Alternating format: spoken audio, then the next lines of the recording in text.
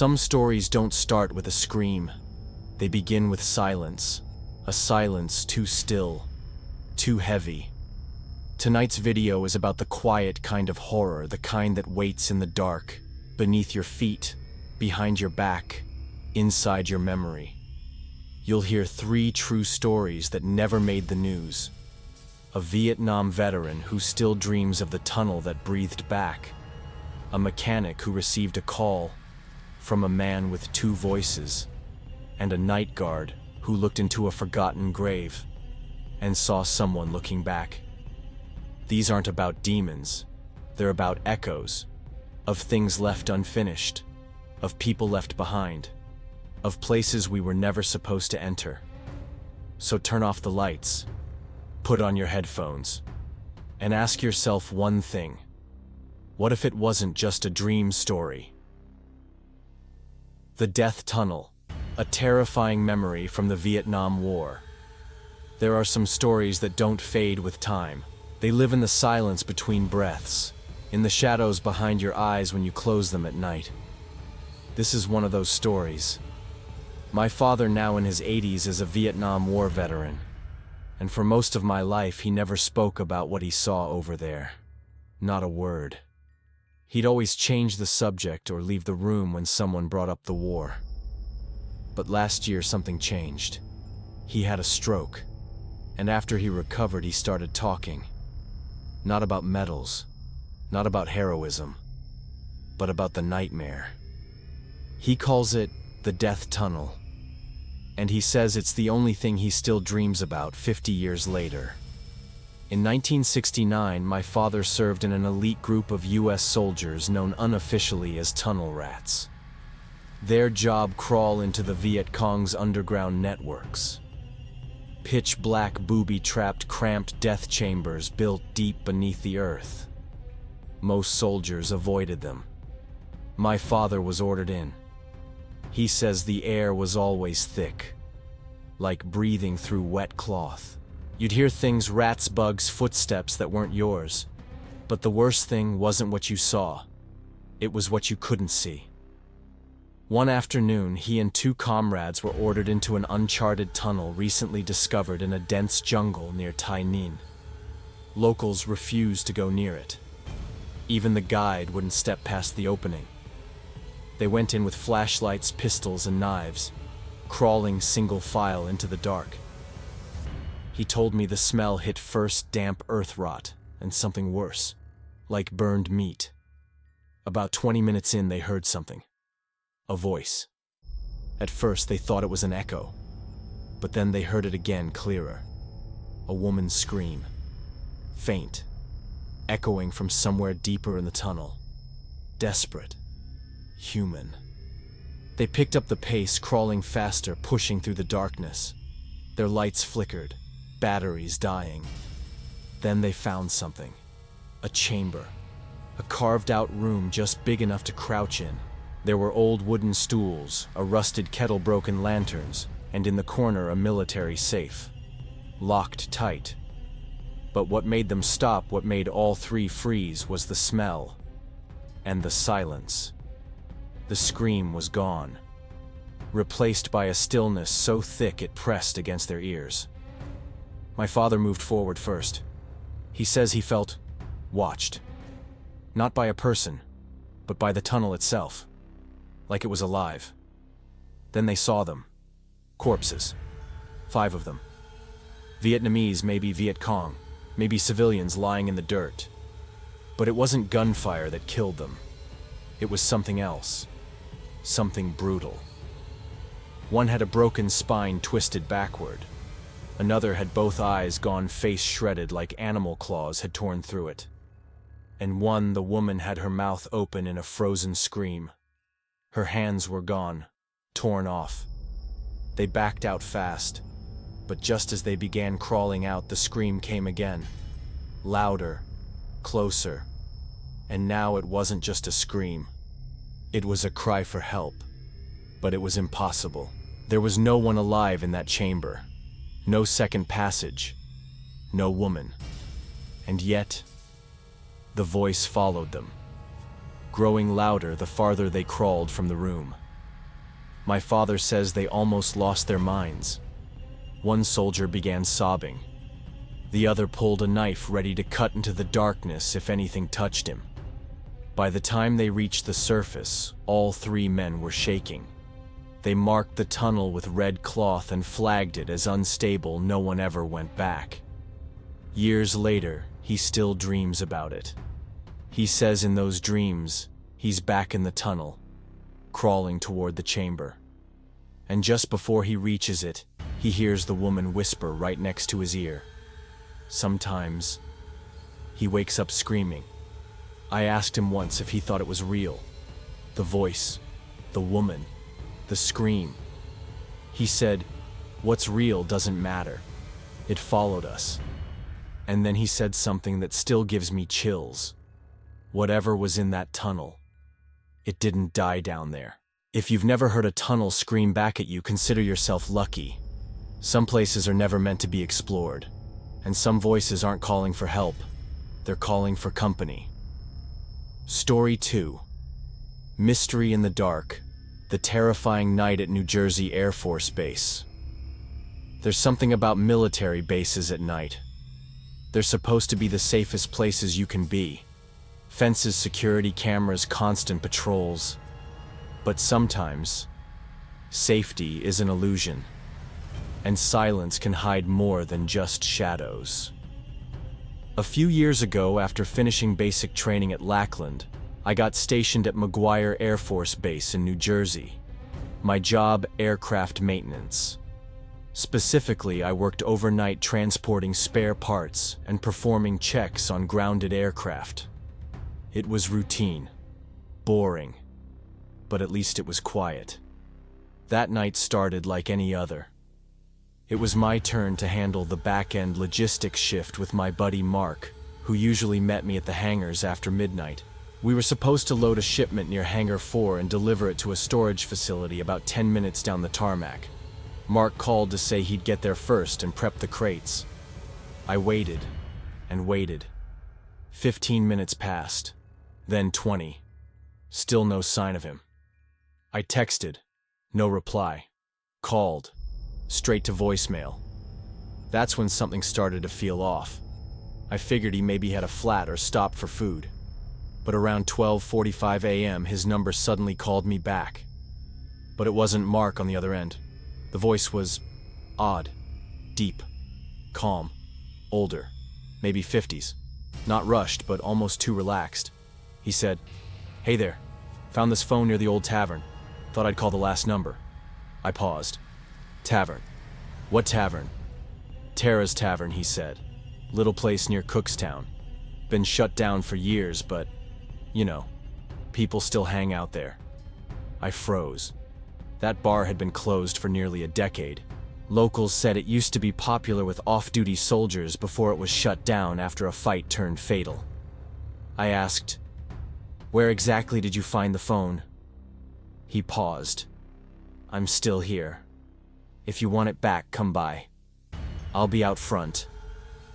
Then the line cut off. I grabbed my jacket and drove out to the edge of base. The air was cold and the sky was moonless. By the time I got to the old bar, it was nearly 1:15 a.m. No lights, no people. Just a crumbling building with faded red paint peeling off the walls and weeds growing through cracks in the pavement. I parked, got out, looked around.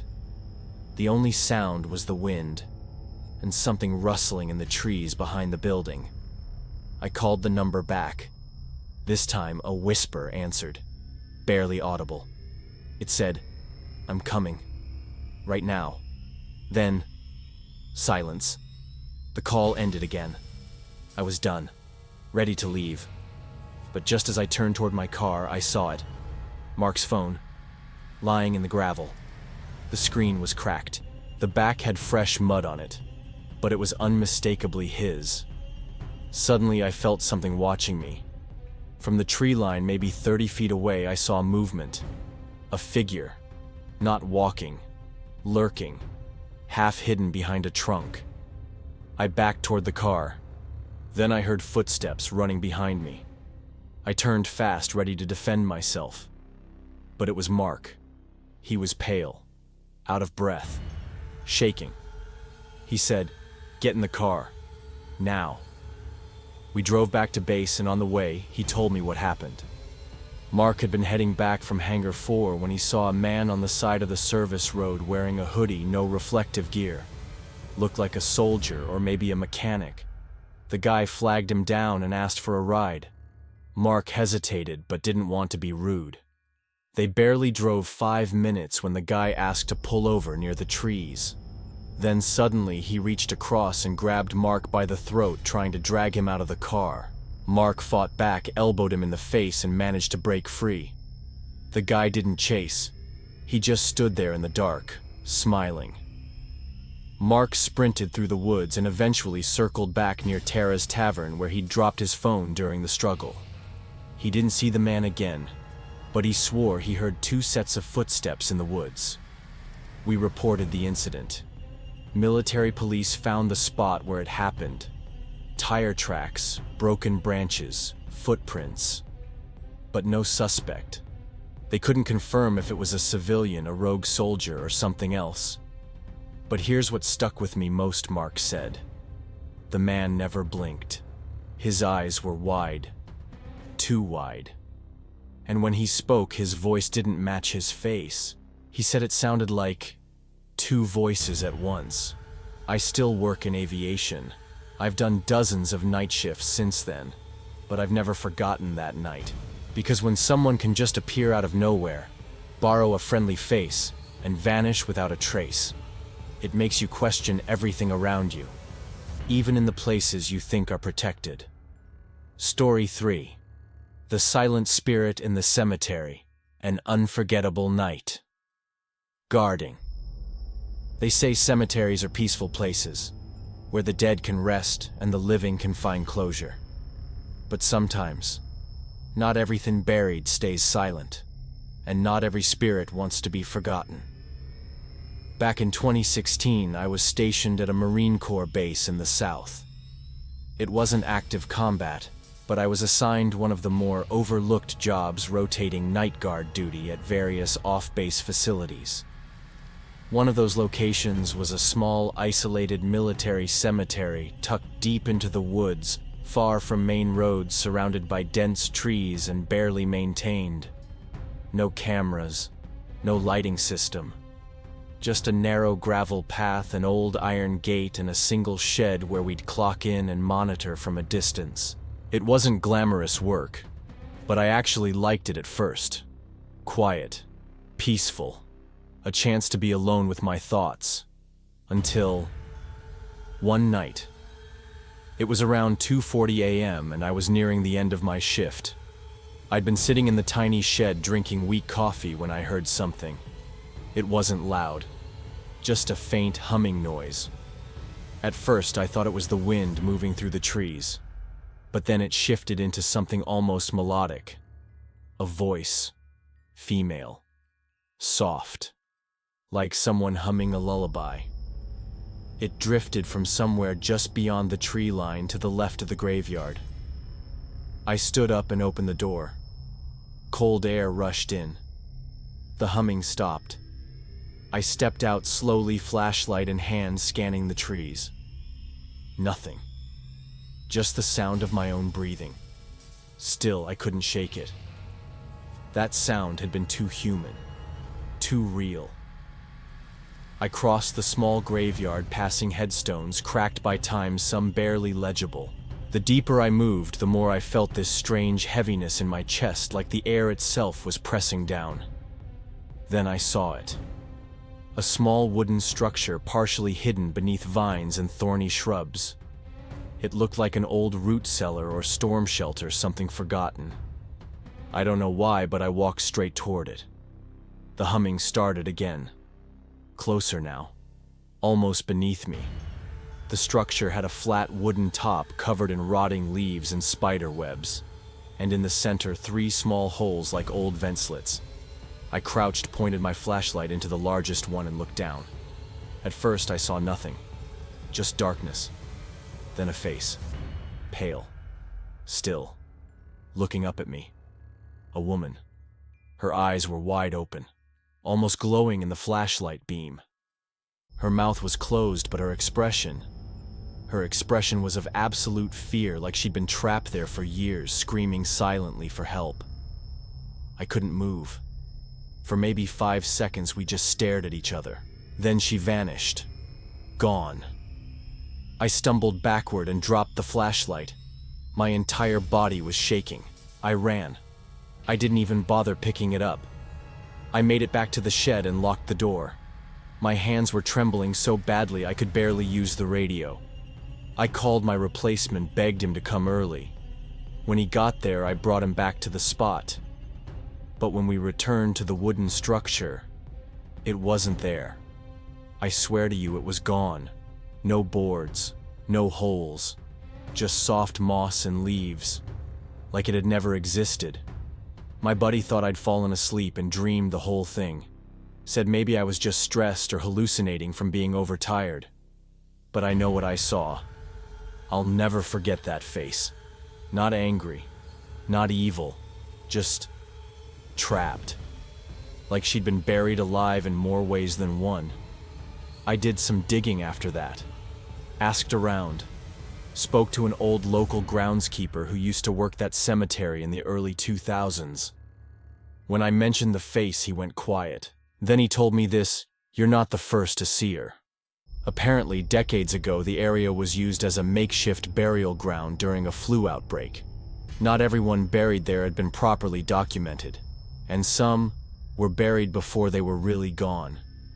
I never took another shift at that cemetery again. And to this day, whenever I hear a lullaby, even on TV, something in me freezes.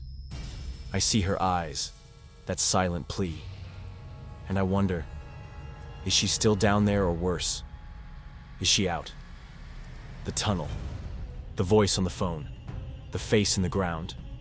3 stories, 3 warnings. Not every scream comes from a living throat. Not every grave is empty. And not every voice wants help. The soldier who crawled into the earth never truly crawled out. The friend who almost didn't return from the woods was never the same again. And the night guard who looked down that hole, he wasn't the first. He won't be the last. So the next time you hear something strange, a whisper behind your ear, a hum outside your window, a call from a number you don't recognize, don't answer, don't investigate, and whatever you do, don't look back. Because sometimes, what's buried doesn't stay dead. It just waits. And maybe it's waiting for you.